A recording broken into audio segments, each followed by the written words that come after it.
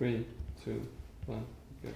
Ben, earlier you mentioned that the telco industry is shadowing the IT industry with fear and excitement. Can you explain what that means?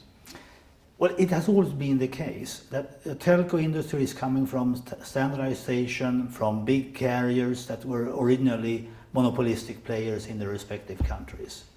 The IT industry doesn't have that background. It has always been very competitive. It has always been very innovative. So as long as I've been working in this industry, we have always been looking at the IT industry with fear and excitement. We looked at IBM in the 80s and 90s and thought this will be the next big telco player. It never materialized, but it has always been like that.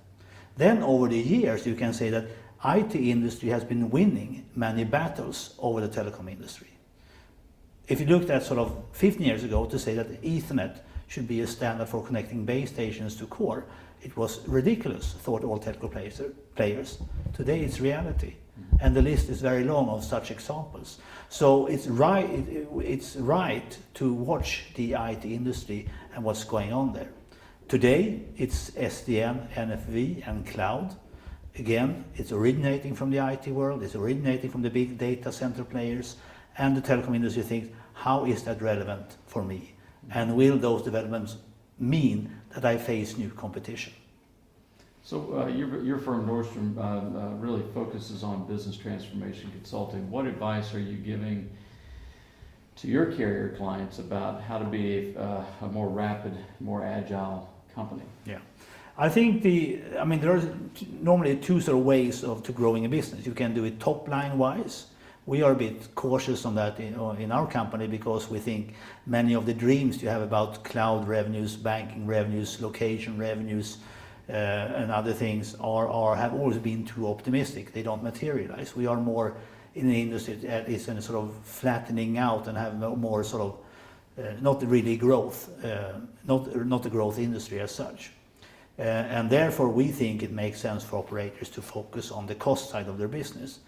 And the situation here is that most of our clients are companies that were launched 20 years ago. They've been part of a growth industry. They have been adding cost, processes, people, and habits that is relating to a growth industry. Now we're not there anymore. So they have to be much more focused on how to get rid of legacy processes and systems to be more efficient in what they're doing. Mm-hmm. Well, that lends to a conversation about gross margins. Can you talk about what you're telling your clients to do in terms of maintaining their existing gross margins? You mentioned earlier that carriers enjoy 30% type margins, which is very different from industry as a whole. So what are you telling your clients to do?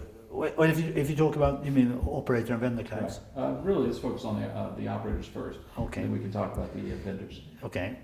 On the operator side, I think there are a number of measures that operators can take to maintain margins. One is, for instance, to share networks with other operators. That has been a very effective means to save cost in this particular market.